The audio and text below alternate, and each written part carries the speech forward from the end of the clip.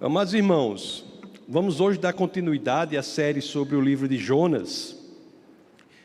Havia logo no começo planejado que nós nos debruçaríamos sobre o capítulo 3 e 4 de Jonas hoje, mas aprove ao Senhor que nós separássemos isso. Hoje nós nos debruçaremos sobre o capítulo 3 de Jonas e na quarta-feira, no culto do Espírito, nós seremos expostos ao capítulo 4 de Jonas, encerrando a série. Então, quarta-feira agora, às 19h30, nós seremos expostos ao capítulo 4, mas hoje é o capítulo 3. No domingo passado, nós somos expostos ao capítulo 2 do livro de Jonas. Naquela ocasião, nós vimos o maravilhoso poder da oração. Poder da oração. E hoje nós iremos ver que se a oração é uma avenida, pela qual a graça de Deus é derramada sobre cada um de nós, o capítulo 3 fala sobre algo diferente, complementar, que é o poder da palavra, o poder das Escrituras, o poder da Bíblia, o poder da palavra do Senhor. E é exatamente nesse termo aí, com esse termo, palavra do Senhor, que nós iniciaremos a leitura do primeiro verso do texto base do nosso bate-papo de hoje. Então, assim, eu peço a vocês que, claro, assim querendo, abram as Escrituras no livro de Jonas, no capítulo 3, vamos ler os versos 1 e 2. Jonas 3, 1 e 2, assim dizem as Escrituras.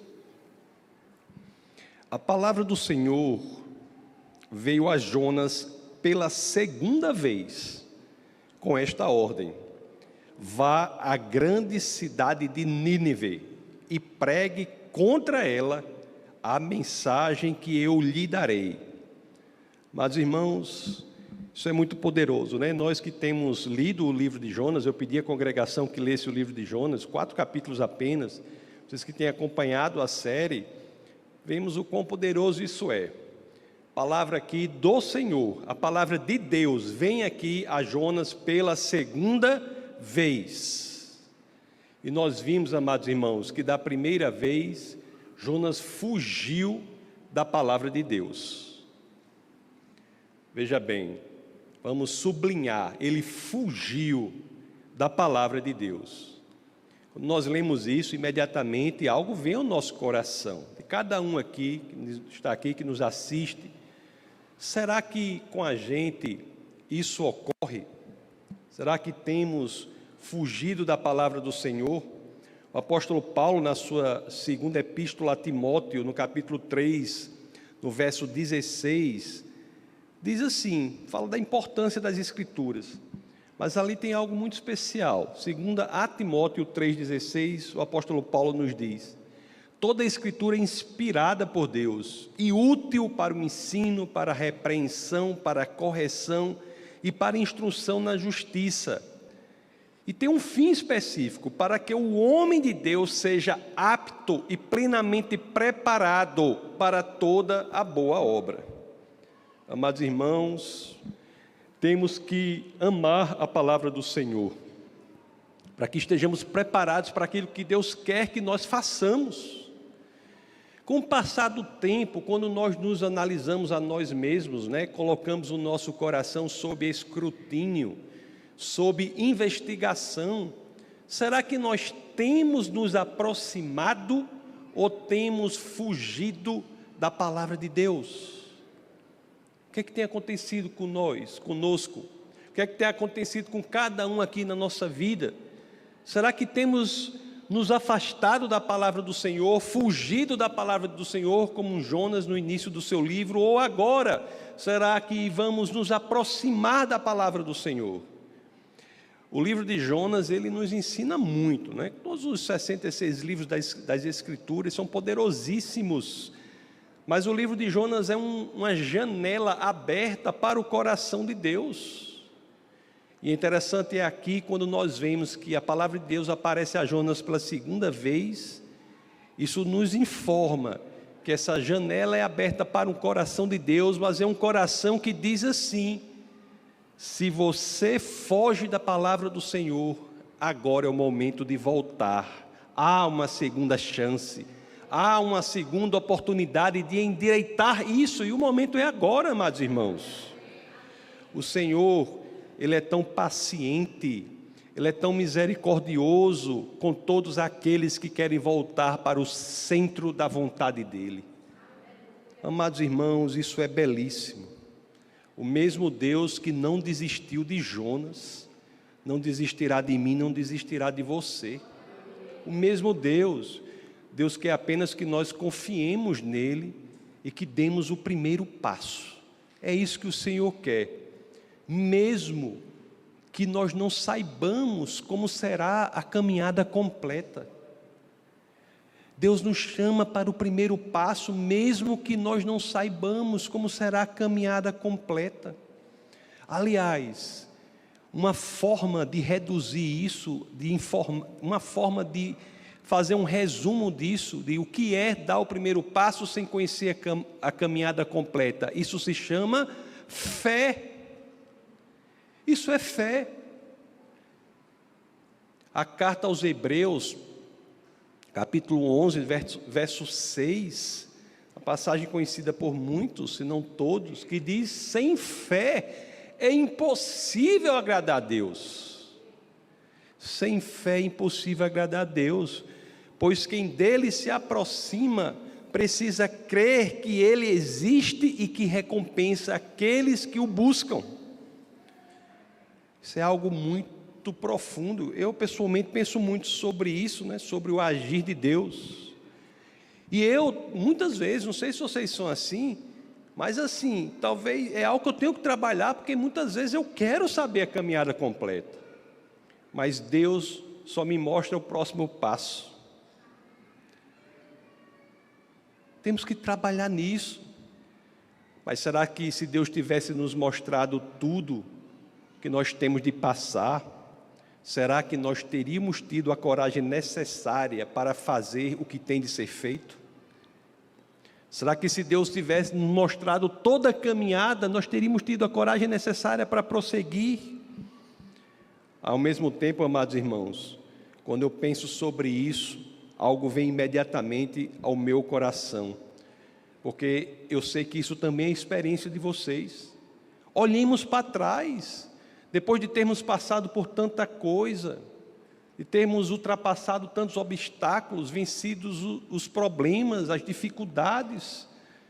Depois de tudo isso, quando olhamos para trás, a gente pode dizer: eu faria tudo de novo, porque o Senhor a cada passo esteve comigo. Não é isso? Olhemos para trás, tragamos ao presente o que Deus fez conosco no passado, para que cresçamos na convicção de que temos de dar o primeiro passo, mesmo que não saibamos a caminhada completa. Deus não nos abandona, irmãos. A questão é outra. A questão é, repito, a questão é: será que temos coragem de dar o primeiro passo? Por isso que eu tenho que fazer uma pergunta muito pessoal, não é? Mas deve ser feita. Será que você, cada um aqui, será que você confia suficientemente em Deus para decidir estar no centro da vontade dEle, mesmo que isso lhe custe alguma coisa? Será que de fato busquemos a resposta no âmago do nosso ser? Será que de fato nós confiamos no Senhor, a ponto de decidirmos estar no centro da vontade dEle, não da nossa, dEle, mesmo que isso nos custe algo? Será? Amados irmãos, essa era a pergunta que martelava a cabeça de Jonas, a pergunta que estava ocupando a cabeça de Jonas, que carcomia o recheio do crânio de Jonas. Era essa a pergunta. Em Jonas 3, 1 a 2, nós já lemos, retomemos o verso 2, para que vejamos se a resposta a essa pergunta tem a ver com o tipo de mensagem. Porque olha o que diz o verso 2, nós já lemos, vamos reler. Vá à grande cidade de Nínive, não era fácil, né? Na Síria, inimigo de Israel, a Síria reconhecida pela brutalidade com que tratava os prisioneiros de guerra, a Síria que tinha métodos de tortura que são praticamente indizíveis, a Síria era de uma perversidade inigualável. Vá à cidade de Nínive e pregue contra ela. Que mensagem? O Senhor diz, a mensagem que eu lhe darei. Já pensou, meus queridos irmãos? Já pensou? Quantos analisam o conteúdo da mensagem, o conteúdo do chamado, para decidir se vão ou não obedecer a Deus? O conteúdo do chamado vai condicionar a nossa obediência ao Senhor? É isso? A verdadeira obediência a Deus, amados irmãos, ela não é condicionada ao conteúdo do chamado. Deus nos chama para o que Ele quiser e cabe a nós decidir obedecer, e é ali o melhor lugar para estar. A obediência a Deus é condicionada a outra coisa, sabe a quê? Não ao chamado, mas é condicionada à nossa confiança naquele que chama, que é o Senhor. Que é o Senhor. Mas, irmãos, tantos são os que submetem o chamado de Deus ao seu próprio crivo. Deus chama você para algo, você espera aí, deixa eu avaliar. Submeter o chamado de Deus para a nossa vida ao nosso próprio crivo, se vê se passa ou não pelo que a gente acha que deve ser feito ou não, é na realidade ficar buscando qual é o Deus que é mais vantajoso para nós seguirmos. Qual é o Deus que é mais vantajoso para nós seguirmos? O Deus único e verdadeiro, o Deus de Abraão, Isaque e Jacó, revelado em Jesus de Nazaré, ou outros deuses quaisquer, que são na realidade projeções da nossa mente, das nossas vontades, dos nossos quereres. Muitos preferem seguir deuses que são projeções de si próprios. O Deus do seu conforto, o Deus disso, daquilo outro. Quando Deus chama você para orar por alguém, às vezes você não vou orar porque eu vou ter vergonha. Qual é o Deus que você está servindo? A que Deus? A que Deus você está servindo para uma coisa tão simples, quanto mais coisas mais difíceis? E eu tenho dito aqui algumas vezes e reitero, se você não é fiel nos pequenos chamados para a sua vida, não espere que Deus confie em você para os grandes. Não espere. Se nas pequenas coisas você não é fiel ao cumprimento do seu chamado, como você quer que o Senhor confie em você naquelas que custará mais a você? Será que queremos ser como a geração de números, que não quis ir à terra prometida, prometida pelo Senhor? O chamado era ir à terra prometida, porque disse que esse plano era irrealizável? Isso é sinônimo de desconfiança naquele que chama, que é o Criador dos céus e da terra, que é o Senhor. Mas Jonas havia aprendido a lição, amados irmãos. Jonas não era mais o mesmo. Jonas não era mais um fugitivo do Senhor. Jonas havia entendido que não há lugar melhor para estar senão no centro da vontade de Deus. Vejamos o verso 3, que mudança, que coisa maravilhosa. Olha o que o verso 3 diz aqui, Jonas 3:3. Olha o que as Escrituras nos dizem. Jonas obedeceu à palavra do Senhor e foi para Nínive. Era uma cidade muito grande, sendo necessários 3 dias para percorrê-la. Eita! Esses 3 dias, uma cidade necessária, que era necessário 3 dias para percorrê-la, não é? Eu não sei, viu? Mas eu acho que a correlação importante aqui, Jonas deve ter pensado, 3 dias para cumprir o chamado do Senhor. E pelo que eu fiz, passei 3 dias na barriga de um peixe. O mesmo tempo para ter cumprido o chamado do Senhor. Mas Jonas havia mudado. Ele faria algo a mais agora. Se dedicaria mais agora. Não precisa, esses 3 dias que eram necessários, Jonas iria vencer isso. A necessidade humana, ou que um homem dizia, não era limitador da ação do homem quando ele quer seguir o chamado do Senhor. A urgência do chamado agora queimava no coração de Jonas. Vejamos Jonas 3:4. Olha o que as Escrituras nos dizem.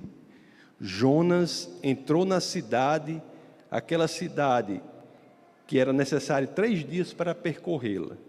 Jonas entrou em Nínive, na Síria, e a percorreu durante 1 dia, proclamando: daqui a 40 dias Nínive será destruída.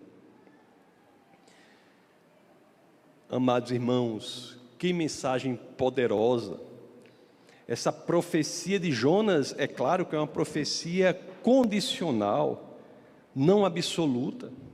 É a profecia que diz: se vocês não voltarem os seus caminhos para os lugares corretos, não saírem, não abandonarem a maldade, vocês serão destruídos.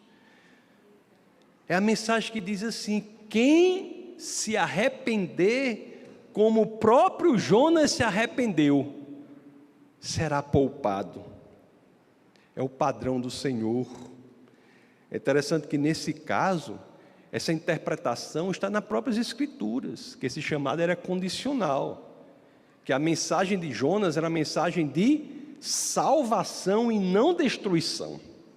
Lá em Lucas, no capítulo 11, no verso 30, Lucas 11:30, as Escrituras dizem assim: pois assim como Jonas foi um sinal para os ninivitas, o Filho do Homem também o será para esta geração.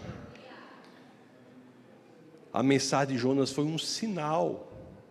Se nós, amados irmãos, não buscarmos os caminhos do Senhor, não alinharmos a nossa vontade à vontade do Senhor, não estarmos decididos a seguir aquele que é razão de ser de tudo que existe, que é Jesus Cristo, nós seremos destruídos. Que sinal é o de Cristo, amados irmãos? Que sinal de Cristo para esta geração? Porque Lucas diz assim: pois assim como Jonas foi um sinal para os ninivitas, o Filho do Homem também o será para esta geração. Qual é o sinal do Filho do Homem? É o sinal de vida em meio à morte, amados irmãos.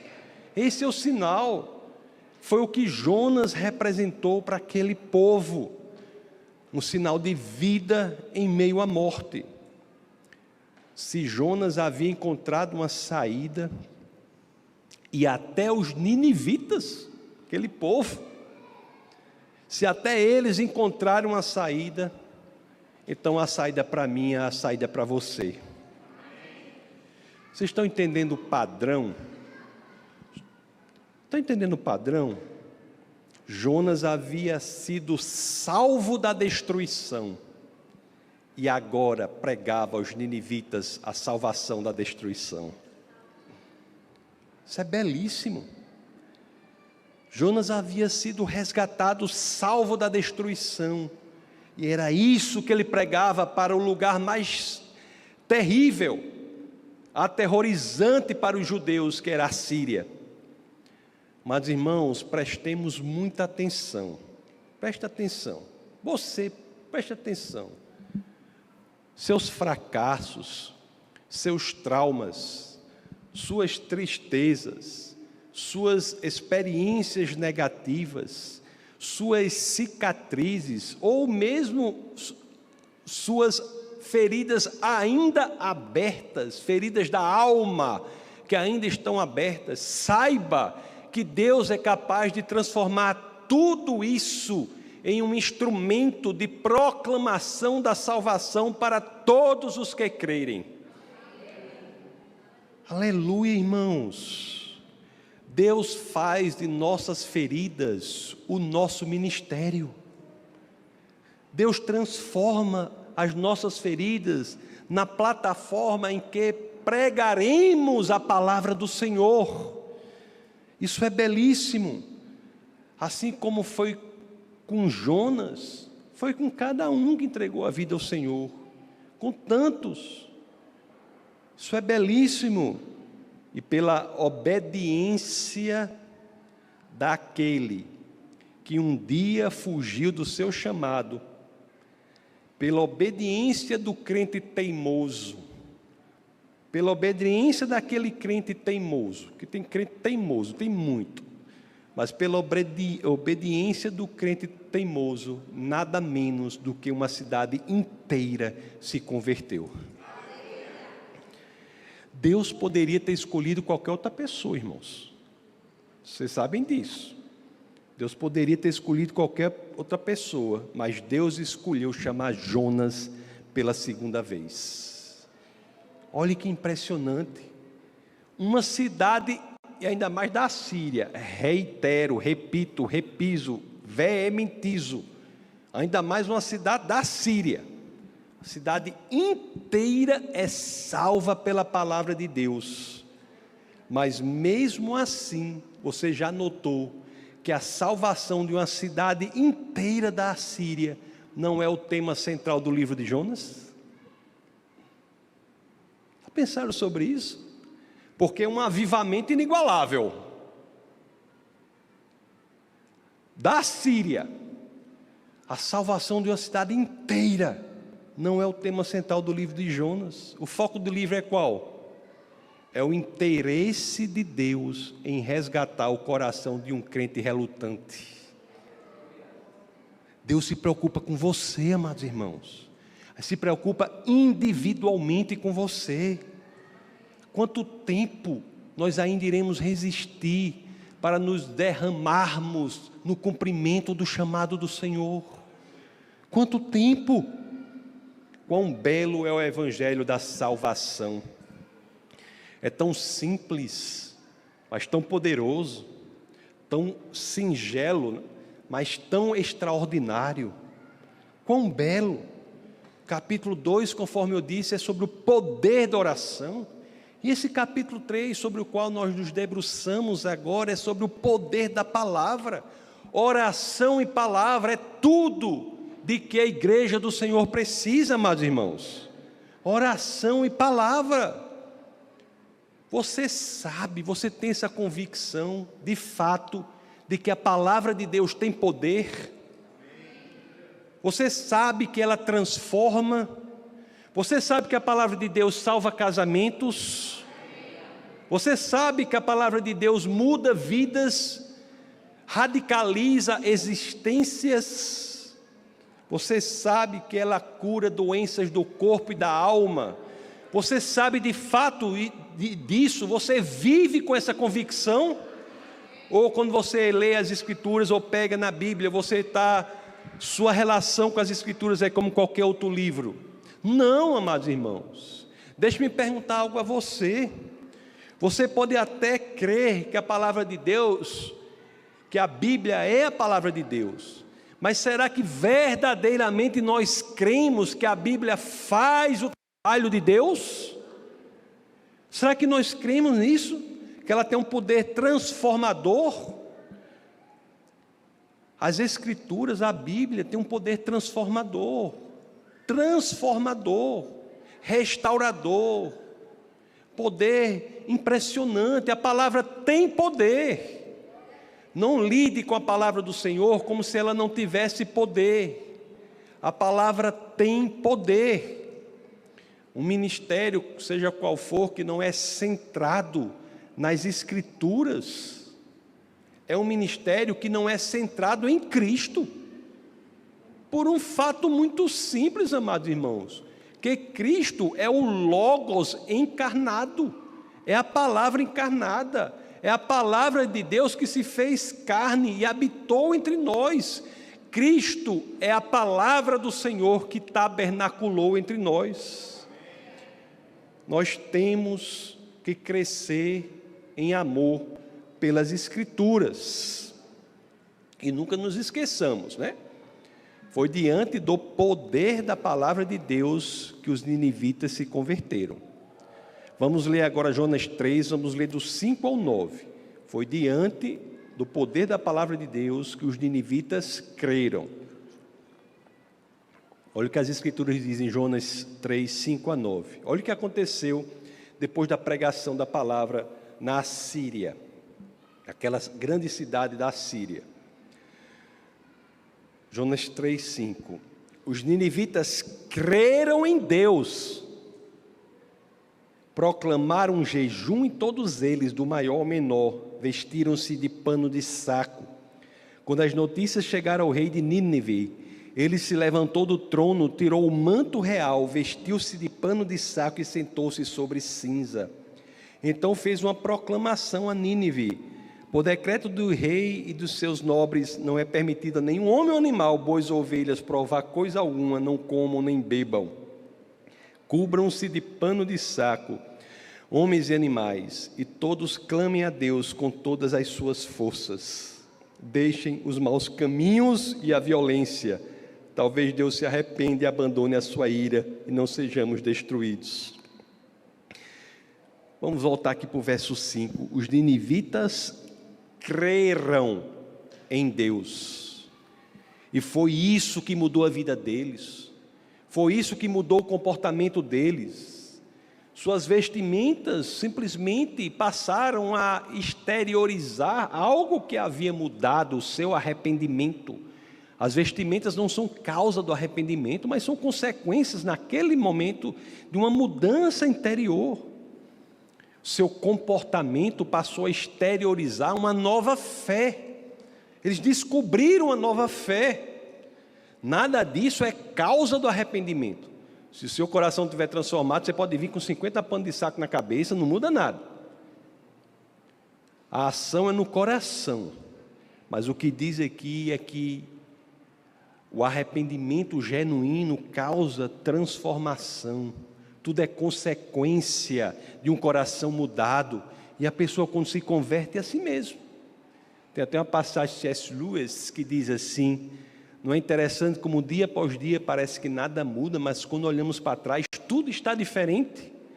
A pessoa, quando se converte, começa a mudar. Quando há conversão, muitos gradativamente mudam o padrão de suas roupas, buscam roupas mais decentes, deixam certos hábitos, deixam de falar palavrão, por exemplo. Muitos mudam e tem de mudar, de dentro para fora, vai mudando, Deus vai transformando, vai trabalhando de dentro para fora, e a pessoa vai ficando diferente, de dentro para fora. A mudança começa no coração.